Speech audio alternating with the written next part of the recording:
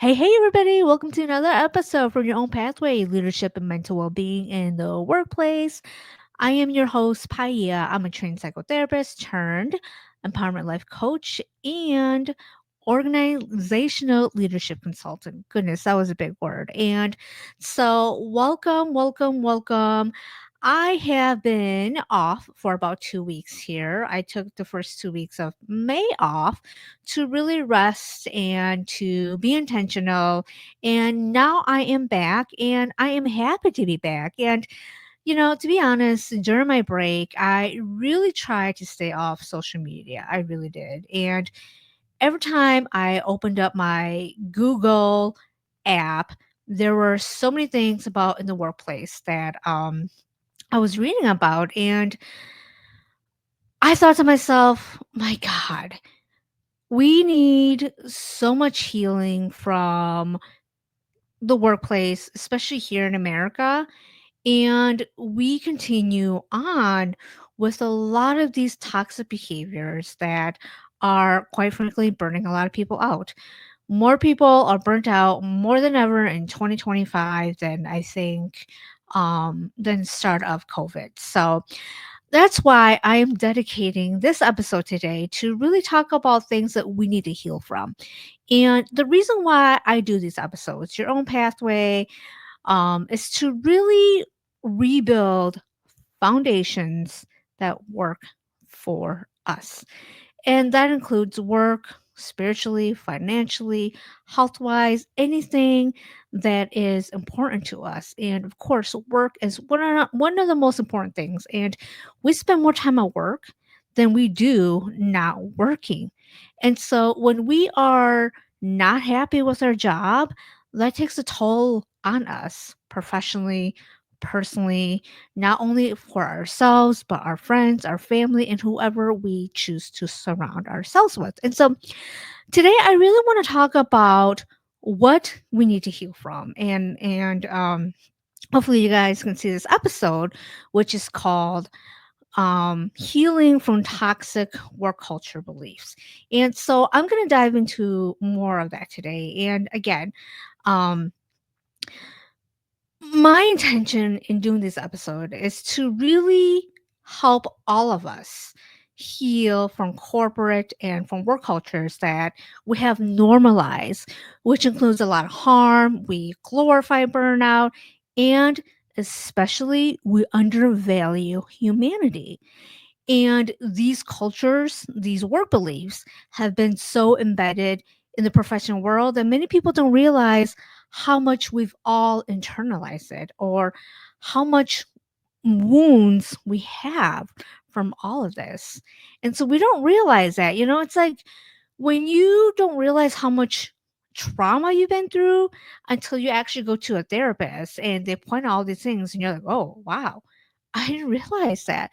That was so normal for our family that I didn't realize that that was, not the norm how to be a family. And so again, toxic work culture has become a norm in many workplaces, especially here in America. It's a culture that often glorifies overworking, long hours, burnout, while stigmatizing taking a break, taking your PTO, asking for help, or simply having a life outside of home and having balance and boundaries. And unfortunately, this can have severe consequences on employees' mental health, their relationships, and overall quality of life and well being. And one of the most damaging beliefs associated with toxic work culture is that success requires sacrificing your personal life. So, when I started this journey, I read a lot of leadership books. And I'm not going to lie, a lot of them were written by men, a lot of them were written by white men. And as I was reading them, I just thought to myself, I don't relate to any of this. I do not relate to any of this. I do not relate to their hustle culture. I do not relate to them doing certain things. It's because their lives are so different from mine. More often than not, they had resources, they had the connections, they had a wife at home. So they were able to do things that probably someone like me couldn't. And again, I'm not trying to say, oh, well, I'm a victim of this. No, not at all. I'm just saying it was hard to relate to leadership books written by white men who had the resources, who had the connections, who had a head start versus someone like me or someone who may not have the born resources that a lot of these people had. And so a lot of the books talk about sacrificing and doing this, doing that, working long hours. And to me, I'm not about that anymore. And so that's why I felt like I could not relate to a lot of them. And so many people feel pressure to be constantly connected to work or checking their emails and taking calls outside of their work hours. I know that especially when the start at COVID, a lot of people felt that they had to answer the phone calls, do this, do that, because they were working from home, because it was convenient. You didn't have to travel, or the app is right on your phone, so it's so easy to answer that email that takes a few seconds, and you're taking time away from your family or time from yourself. And so by doing this can lead to, again, feelings of burnout, exhaustion, and a sense of being trapped. Another belief is taking time or break is a sign of laziness or lack of commitment. I don't know about you, but there have been instances or circumstances in my previous work history that I was kind of made to feel bad for taking PTO or a certain day off, or somebody or one of my coworkers will say, "Oh, you're taking time off again, huh?" It's almost like, well, why don't you take time off? And so there's a lot of shame in taking time off and saving your PTO for whatever it is. So here are some harmful corporate cultures that we need to heal from. There's about, I think, about eight things that I want to talk about today. So one of the things that we need to heal from corporate and toxic work culture is hustle culture.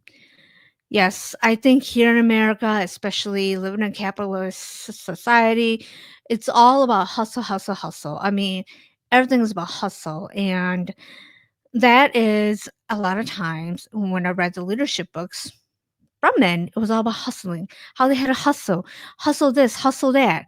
And there's a lot of things about hustle culture that is glorified. And this includes glorifying being busy and overbooked. There's a difference between being busy and being productive. And a lot of times people like to say, "Well, I'm so busy. I'm so busy." If though this is a badge of honor, there's a difference between being busy and being productive, and a lot of people glorify being overbooked on their schedule. Another thing, part of the hustle culture is a lot of people wore their exhaustion like a badge of honor. It's like, how many hours of sleep did you get? Oh, I barely got any sleep. I got like 3 hours of sleep. Well, I got four. That is not healthy. That is not healthy. Wearing your exhaustion as a badge of honor, as part of hustle culture, is not healthy at all. When we're exhausted, we don't think as well. We don't have clarity. And without clarity, we will make decisions that we probably would not usually make if we had enough sleep and rest. Another part of the hustle culture that we need to really, really um, heal from is prioritizing output over well being. I'll say that again, prioritizing output over well being. It's all about what we can get instead of our overall quality. And hustle culture is all about that. So we need to heal from hustle culture. Number two, the always on culture. What this entails is that there's no boundaries between work and life, expecting instant replies, late night, weekends availability, early morning, family time, whatever it is that's supposed to be your time, you're expected to instantly reply and always be available. Guilt tripping. There's so much guilt tripping when employees decide to take time off. That's why there is time off. take your PTO. Availability is not a personality trait or a measure of commitment. So, healing from always on culture. You know what? You don't always need to be on. Be off. Be off culture. Moving on. Number three, performative inclusion. Oof. I saw a lot of this in 2020, especially after George Floyd. After that, a lot of companies wanted to have performative inclusion. And so, for someone like me, who is actually from Minnesota, who was not too far away from George Floyd, we saw a lot of this, again, especially in big corporations. And what this means with this performative inclusion is that oftentimes there was token diversity with no structural change. And this also entails celebrating representation without creating safety. And so I saw a lot of this, especially in my work in doing EAP for Fortune 500 companies, where a lot of my clients were BIPOC, and they were part of company therapy was their struggles with their supervisors or their colleagues. And even though this company had all these policies about inclusion and DEI and welcoming people from different backgrounds, they face, unfortunately, a lot of microaggressions and just behavior that they felt like, okay, you say this, but your actions are indicating that. And so, even though they were quote unquote inviting people to the table, they were not actually allowing these people to speak. And so that's the performative inclusion that a lot of people felt, especially BIPOC. Again, BIPOC, people with disabilities, or anything that was different. And when I say different, I think part of it is the culture of where you are from, where the company is from. Here in Minnesota, we have this. I think Minnesota people from other places that come here have noted that a lot of Minnesotans are very passive aggressiveness.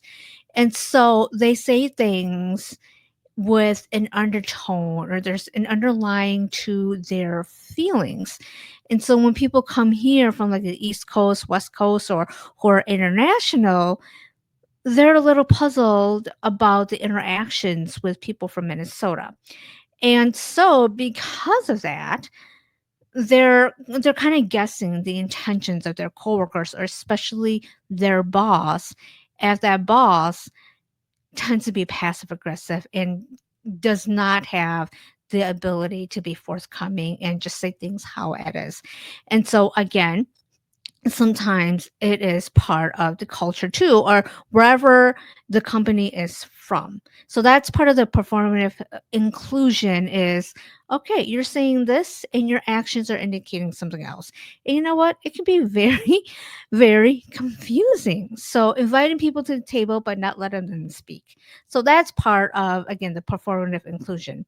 Number four, I know that was a big sigh and I had to do that, is mental health as a buzzword. Again, I know that since 2020, since COVID, mental health has been talked about a lot, but what is actually being done, especially in the workplace. And I think one of the most frustrating parts for a lot of people is that companies put mental health as the responsibility on their employees and expecting them to find work life balance without giving them the tools of actually changing work policies or the work or the workload, whatever, to actually help their employees.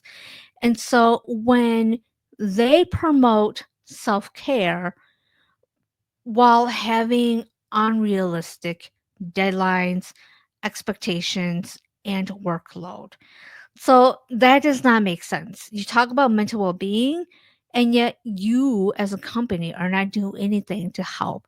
So you're putting the responsibility on the employee. And if they're not able to meet that, you're basically employees, and you as a company are saying that's your fault. That's your fault that you cannot find work balance. What are you doing? And so there's a lot of shame and lack of accountability on, again, lack of accountability on the employer and shame for the employee.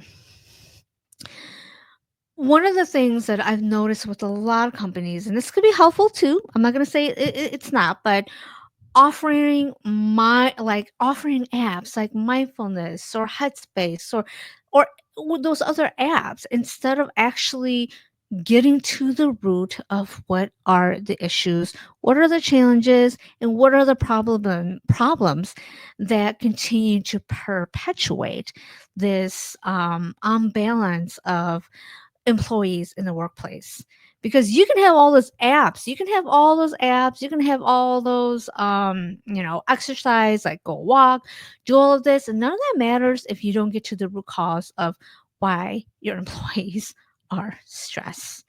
And right now, as I mentioned, I used to be an EAP therapist, and a lot of these Fortune 500 companies offered EAP, like maybe 3 5 sessions. Okay, 3 5 sessions is helpful, but if you have clients with depression, anxiety, with trauma, it's going to take more than 3 to 5 sessions to work through those issues. And these issues may be personal or maybe work related, but treating therapy as a perk instead of a right. And again, this goes beyond the workplace. I know this is probably, a United States issue, America, about lack of access to therapy and just how our system is. So, not all of that is on the employer. So, that's number 4, I believe, mental health as a buzzword. Okay, continuing on. Number 5, I actually just did a recent episode on this that I will be uploading here too, but number 5 is we need to heal from is pay your dues culture. I am a trained psychotherapist, and let me tell you, the trauma that I have received from gaining my clinical hours to be where I am today was filled with a lot of grief, trauma, and often made me think, is this worth it? Is this worth it? And so, paying your dues culture is basically forcing new professionals to tolerate being exploited and being disrespected. And it's about valuing tenure over fresh ideas. And it's justifying harm because, well, we all went through it. So you have to go through it also. Um, Trauma should not be a rite of passage. Reflecting back on my own experience, I don't want anybody to go through what I went through. It's about when you think about generational trauma in families, and when you think about your own trauma, do you want your children to go through that too? Just because you went through? I know that some parents are like, yeah, I want my kids to went through because that builds some character, that builds some strength, that builds in this.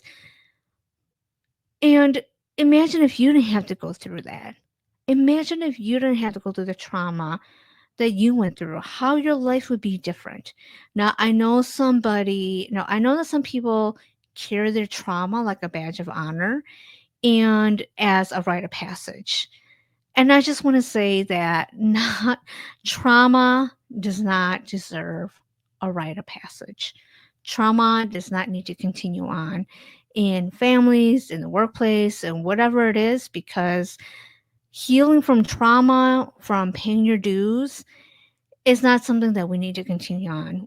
We need to teach, we need to empower, we need to do better. We need to do better, and we need to change and rebuild foundations to be healthy so that we don't continue on bad behavior and accept bad behavior. Because let's be honest, a lot of us accepted bad behavior because we were told that we had to. And so paying your dues culture, we gotta heal from that. We gotta heal from this. So that's number 5. Number 6, ego driven leadership. Whew, my God. I think all of us have dealt with leadership, a boss, whoever, who were so insecure and um had their ego. Their ego was they their ego really broke down teams and people. And when you have a ego driven leadership, what happens is that leaders prioritize power over people. And honestly, we are seeing this in this country right now in 2025. Be real, be honest. We're seeing ego over the well being of people. And this is what happens when leadership uses their ego. What also happens is there's micromanagement. And when a leader uses their ego instead and has not worked on themselves, there's micromanagement.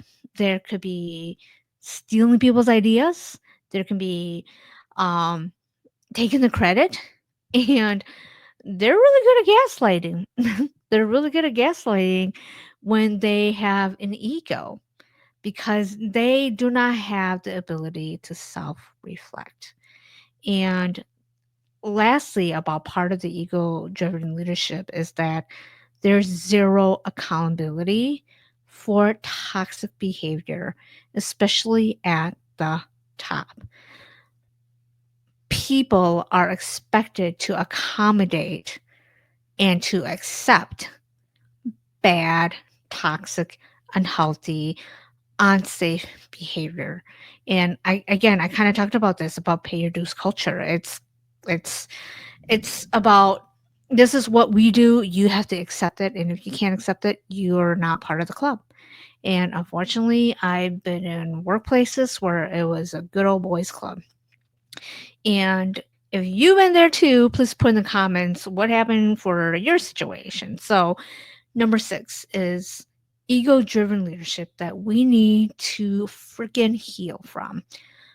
Moving on, number 7 that we need to heal from is the belief of productivity over people. In this instance, it's all about treating humans like machines or data points. There's I think we're seeing so much of this, especially in 2025, is the lack of accommodation or empathy. There's so much lack of empathy in the workplace right now. There's so much lack of empathy in the world right now, and especially in this country in America. But we see a lot of this in the workplace. And I think we see a lot of this, especially in the return to the office mandates. A lot of the bosses, a lot of leadership, they think about their circumstances and they think what works for them should work for everybody else. And when you have that kind of mentality, you are, again, you're choosing productivity over people. And I get it, productivity is important, and yet people are your biggest capital and asset. And I think we're seeing so much of this again in 2025, and especially after 2020 in the workplace. There is no room at all for grief. There's no room for life transitions. There's no room for flexibility. There's no room for, again, empathy. There's no room for understanding. There's no room for human connection. And that is because a lot of companies and leadership are prioritizing productivity over people. And this is something that we need to heal from also. Moving on is number 8, fear-based work environments. I think this is one of the top 3 things that I heard the most when I did EAP work was the fear-based environments, which included the culture of silencing, retaliation, or the constant fear and anxiety of what's going to happen, of going to work, always being on edge, never knowing what's going to happen, and your nervous system always being whacked because you're in trauma mode, like trauma response, like fear, flight. That's how your body feels. And I think a lot of us are seeing this right now too, is weaponizing job security to push compliance. We're seeing so much of the layoffs right now. And so leadership or companies are utilizing and weaponizing job security to ensure that the people who push compliance, who do whatever they want, whatever it is, to, so that you can do what it is that is needed, even though this may be against your morals, your ethics, your values. But that means that you get to feed your family, or that you get to feed yourself, or you can pay rent or your mortgage. And so there's that power dynamic right there. And I talked about this too. When you have fear based work environments, people are always going to be in eggshells. They're always going to be walking the eggshells, not knowing, anticipating, having fear, having anxiety. And instead of feeling empowered, they've created a environment again of retaliation, of fear, of anxiety, of unsafety, physically, emotionally, psychologically. Um, and so when you have fear based work environments, you're not going to get the best of the best of people. You're not going to get that. You're not going to get that. And we need to heal from that. We definitely need to heal from fear based work environments. Number 9 is we've all heard this. We're like a family here. No, no, we're not. No, we're not. If you have a company that says that, run away, because the company is a family is a way to exploit you, and it's a lie. Often this includes guilt based loyalty. It means that you are expected to overgive without receiving, without having reciprocity. This also entails that you may be emotionally manipulated and be, and this will be disguised as, are you a culture fit for us? So remember, a job is a job. Your boss is not your parent. You don't owe them your soul. Think of this. I thought about this. If you're a company, or if you're an owner, or you're a leadership, think about this. If you have kids, your baby, your kids are your babies. And nobody's going to love your company like you or your baby. And so your employees are like your babysitter. It'll be nice if they like your kid. It's not a requirement that they like your kid, but it will be wonderful if they like your kid, and it'll be wonderful your kid like them. However, at the end of the day, they're there because you're paying them to watch your kid. And employees are like this. Employees are your babysitter, are like a babysitter. They're going to clock out. No matter how much they love your kid or think how cute your kid is, they're there for the money. They're there for the money. And when it's 5 p.m., 4:30, 5 p.m., whatever time it is that they're going to clock out, they're going to clock out. And so think of it. It's not a family. It is a transaction. There are boundaries, professional and personal boundaries that needs to be established. So, healing from We're a company, the company is a family. We got to heal from that. Run away from that. Do not believe that. Companies, stop saying that. If you are saying that, you're taking advantage of people. So, those are the 9 things that we need to heal from corporate, from being taken advantage of about the workplace. And how do we do this? How do we do this? What we can start doing is boundaries. Again, boundaries need to be established and they need to be honored, not punished. I say this all the time. This is why I do this episode. This is why I do this too. This is why I do this is if you're a leader, if you are an owner, if you are in leadership, if you're a boss, please, please, please, please do your own inner work.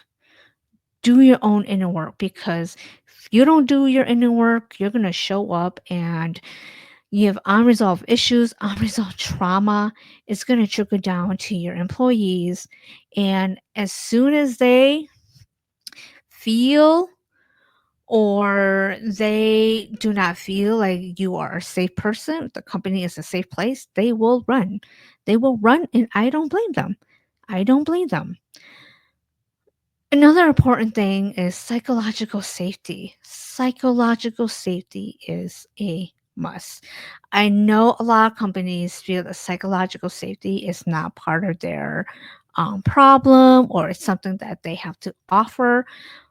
If you want to be a good company and if you want to be a good leader, offering psychological safety is a must. And finally, we need to really center on the humanity, not just productivity. We need to focus on the humanity and not just performance, not just productivity. And this is why I think so many companies are in trouble in 2025 is because there's a lack of focus on humanity.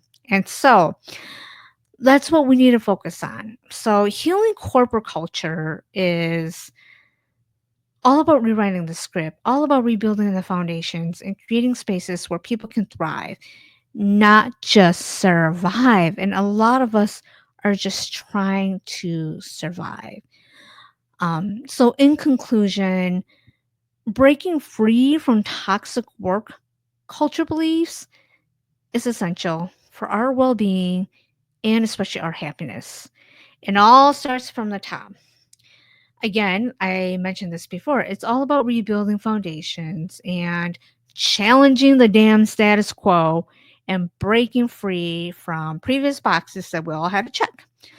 Kick those boxes to curve and create your own boxes. So that is all I have for today. And if you have experienced a toxic work culture or whatever situation and you are now finding healing from it, put your story, put your comments down in the comments section. So, also be sure to check out other videos on workplace wellness that I have for more tips and strategies. And again, thank you all for joining me today. And if you're new to my channel and you like this episode, please hit the like and subscribe button. But otherwise, I will see you all next time. Take care.